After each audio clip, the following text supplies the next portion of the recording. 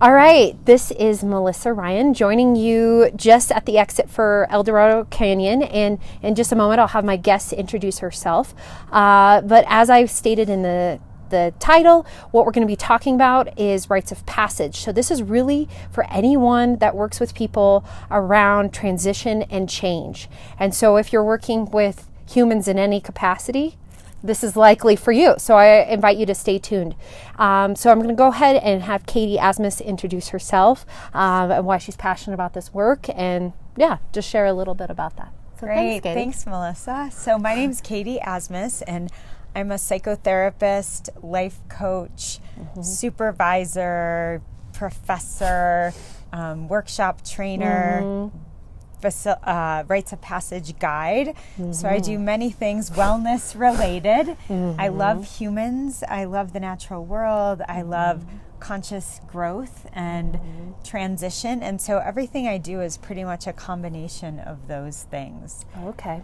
Yeah. And what is it about rites of passage work that is something that is really important to you, that's something you're really passionate about? Yeah, so the thing that I like to talk about is I have a passion in supporting people to create and do personally meaningful, culturally relevant rites of passage, ceremonies and rites of passage.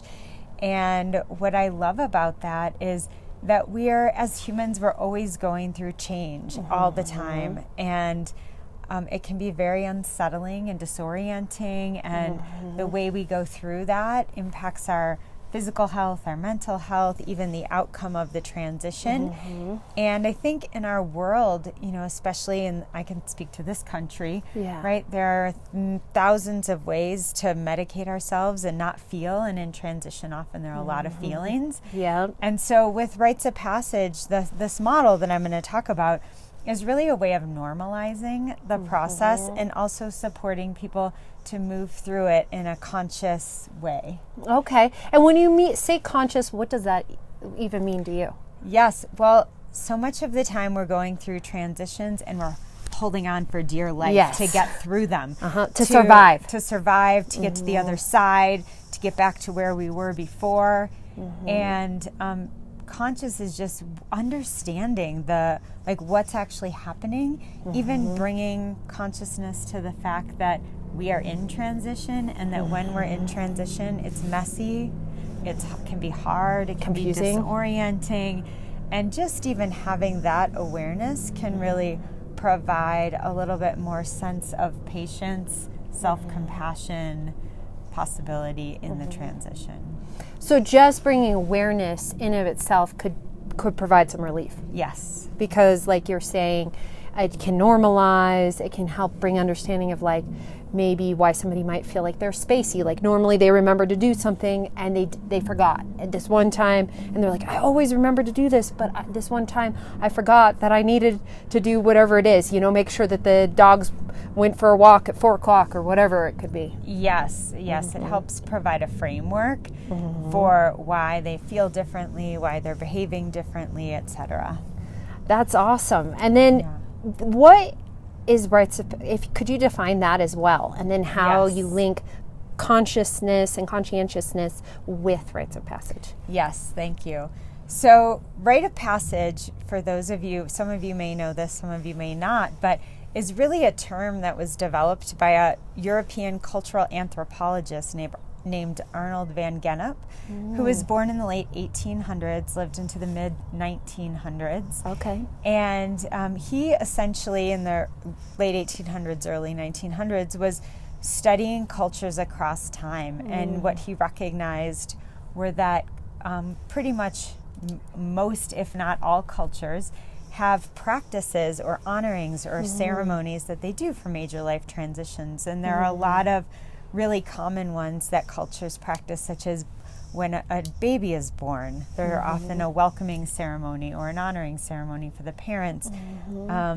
When people are moving from childhood to adulthood, which we now have adolescents. Back in the day, they didn't have adolescents. They just went from childhood to adulthood. Okay. Or, getting married, or different things that were common. And so essentially Arnold van Gennep looked at these transition ceremonies and lumped them into this term named rite of passage, which is a ritual or a ceremony honoring the particular passages that we go through in life, right? And so when we look at kind of modern day ceremonies, we often celebrate birthdays here in this culture or other cultures. If you're part of a religion, often there are still coming of age ceremonies such as bar mitzvah, bat mitzvah, quinceanera, all sorts of different ways that people honor that transition. We have marriage or commitment ceremonies where we kind of bring the community together. Yes, and so that's a big part of rite of passage. The community piece. Yes, and so having support, having honoring, etc., for a transition. And the challenges today are some of us do still have ceremonies and rituals that are part of our family, that are part of our historical culture, even part of the U.S. culture, which is, a mix of many cultures. But we've also lost a lot of those historically through time and with our modern age and technology. And so really helping people start to value again the significance of really honoring change and transition. Yeah. And so it was really, this gentleman identified something that's been going on for a really long time. Yes. In many different cultures and many different types of communities. So how do you take that concept and bring it into the therapeutic relationship? Yes, great. So when we look at the original model of rites of passage, Arnold van Gennep talked about 3 stages of the transition. Again, that's universal in all transitions. And so the first one is severance. So that's the kind of letting go of the old identity or letting go of the old way. So in marriage, it would be letting go of my single life, letting go of only, what maybe considering myself primarily in decisions, whatever, all the things that go with not being committed. And so the first one, severance, so the letting go of the old identity. The next one is called threshold in this model. And other words that are used are the liminal space or the no-name space. And I'll come back to that in a moment. Okay. And then finally is incorporation, the bringing in corp is body. And so bringing into the body the new identity, the new way of being, the new, on the other side of the transition. And so obviously this could take a really long time, depending on the transition and how impactful it is. Identity, being in the unknown, and then moving into the new identity. So with that, with the ideas with any change, whether it's a positive change that we want, that we're choosing, or a change that we don't want, for some people even going through an illness or going through a traumatic incident, there's a loss of a particular way of being or identity that can happen with that. But either way, with a choice or not choice, there's a loss, right? So obviously the ones that we don't want to go through, there's an obvious loss. We don't want that. With things that we do want to go, that we want to move into, there's also a loss, right? Again, it's like the loss of, there are benefits to being single, right? When we're getting married, or to not having a child, moving into having a child, there's a different sense of focus and priorities. And priorities. Yes. So with that, just the acknowledgement that, we are letting go of something precious here and normalizing that. And then the next stage, the threshold stage, liminal stage, which means basically groundless, unknown. No foundation. No foundation is so hard. This is so hard and uncomfortable. Especially, especially I would say for us modern day folk, and that can medicate in a million ways. Distract. At any moment. And even with distractions that people might think are positive, like exercise, or I'm just going to hang out more with my friends, or things that we would identify as healthy coping strategies can still be distractions. Yes, exactly. And sometimes, obviously, there are more healthy ones than others. But with that, people tend to experience anxiety, depression, groundlessness, hopelessness, a feeling like, am I ever going to feel like myself again? Is my life ever going to feel stable again?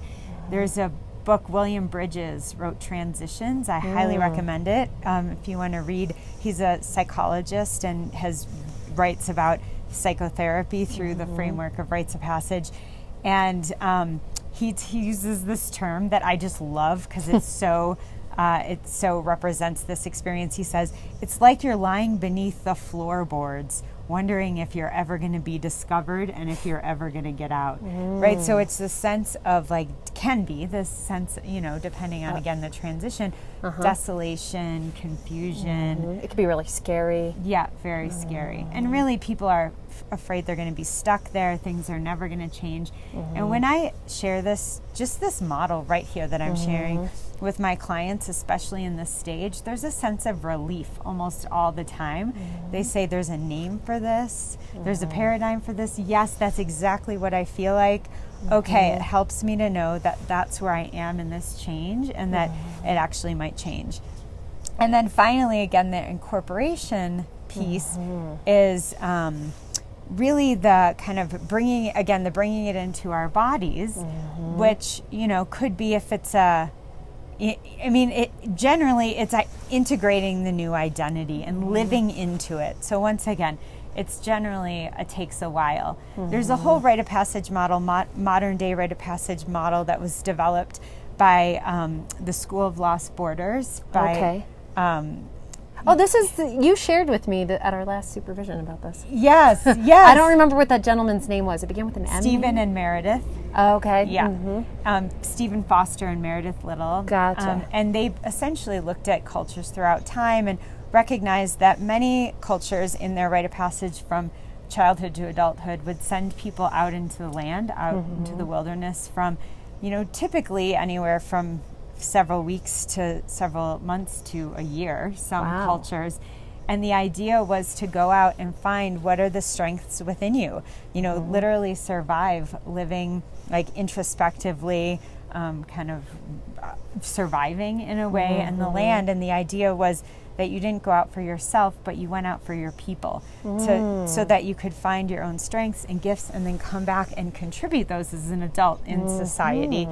And so it's very purposeful, this approach to sending folks out and having them reintegrate. Yes, and the community would send them off and the community would welcome them back and often even give them a new name and give them a new role or title in the community. And so what they did is they created this modern day rite of passage, a very particular model called the Wilderness Quest, which involves a solo and generally often a fast from food. And they send people out to hold an intention. What is it that's happening in your life? Really, what are you letting go of? What are you stepping into? What are you claiming?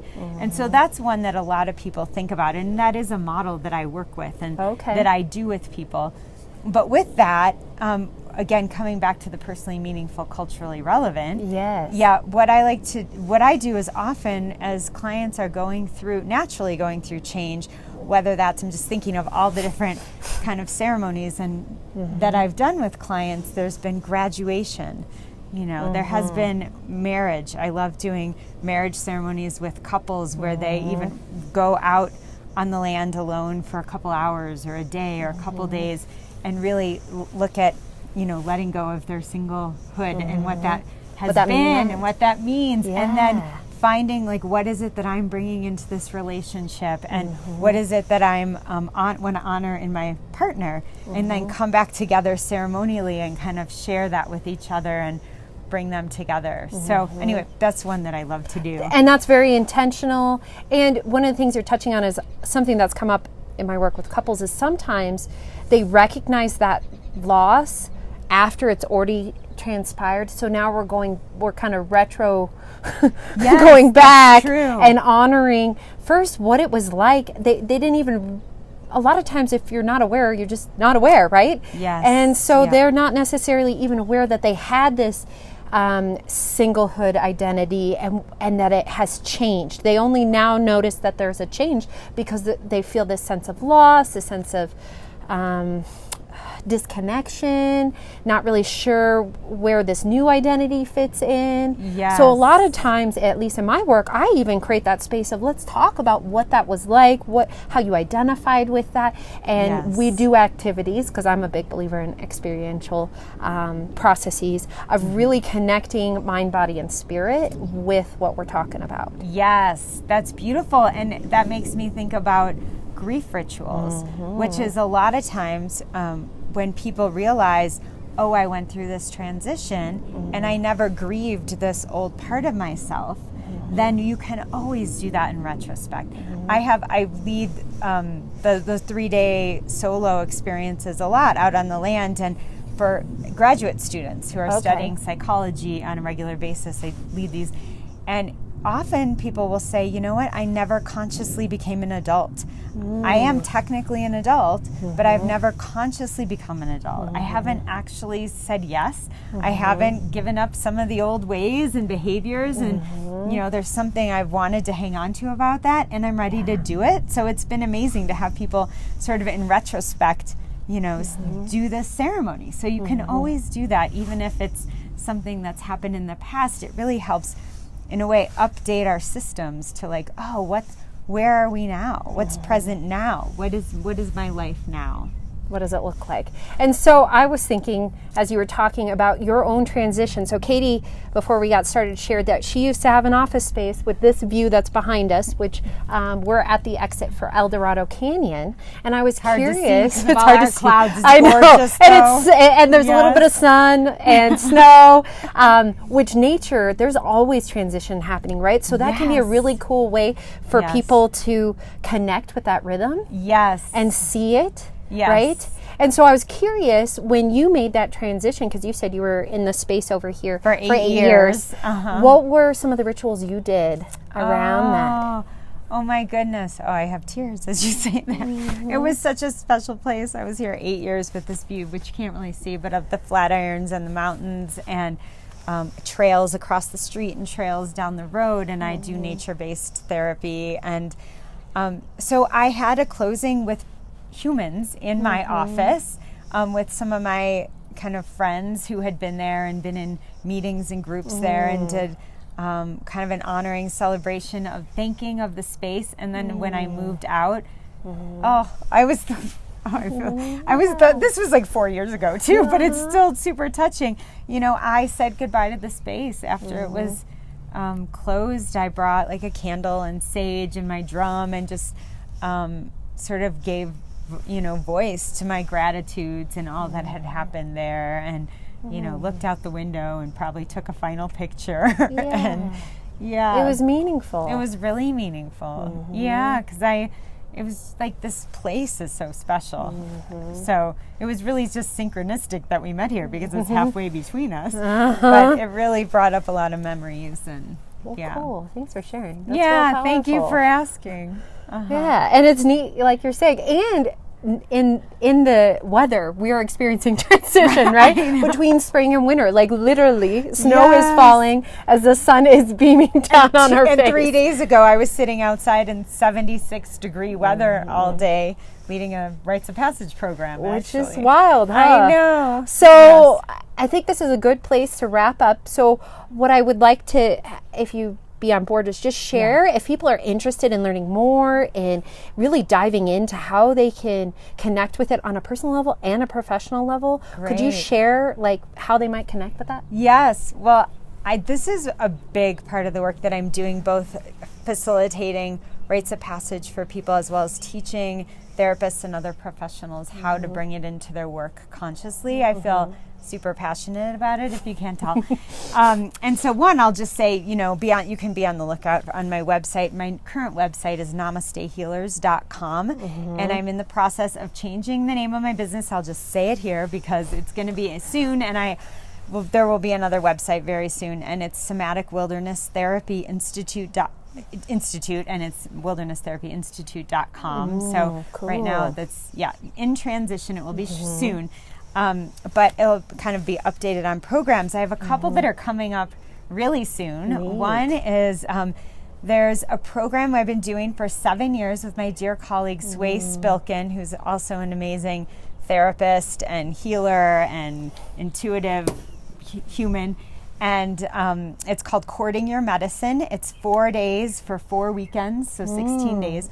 4 days in June over a weekend, 4 days in July, 4 days in August, 4 days in September. Cool. That's really a rite of passage of coming into your own gifts and being more clear about that, having reflection from community, doing a lot of wanders on the land, really looking at what gets in your way of fully claiming your gifts, as well as what are they. It's super profound. So that's one that's coming up. That's for women. And then in August, I'll be doing a 7-day women's quest, wilderness quest, like I was speaking about, where there'll be a prep time, and then people will go out on a solo for 3 days and 3 nights with support, connecting with their intention ahead of time. And a process of coming back and sharing and having what happened mirrored back, which helps the integration and to understand, what it is that we even did. So those are coming up. And then I just teach a variety of courses for therapists and healers at universities and through my own organization periodically, to really learn the steps of creating ceremony, bring people through it themselves, have a model of how to present it to clients, and even sort of, these are the different considerations. And I also mentor people individually. As I referred, is like I wanted to, I'm already licensed, and I really wanted to bring nature into more of my work with couples. So like Katie's saying, I reached out, and it's been invaluable in terms of thank you, just feeling more confident with how I myself connect with the natural world, and also how I bring that into my work with couples and feel confident about introducing them to it, and what that looks like in a therapeutic setting. Great, yes. So I work with people to trust themselves, to really help people work in nature and with ceremony and ritual. So so we will leave that I will leave that information in the comments, Katie's website, and please feel free, if you think this is something your colleagues would be interested in, if you're interested in, please share this Facebook Live with anyone that's doing work around change and transition. We'd much appreciate it. Great. Thank you. Thanks, Great Katie. talking to you. Thank you.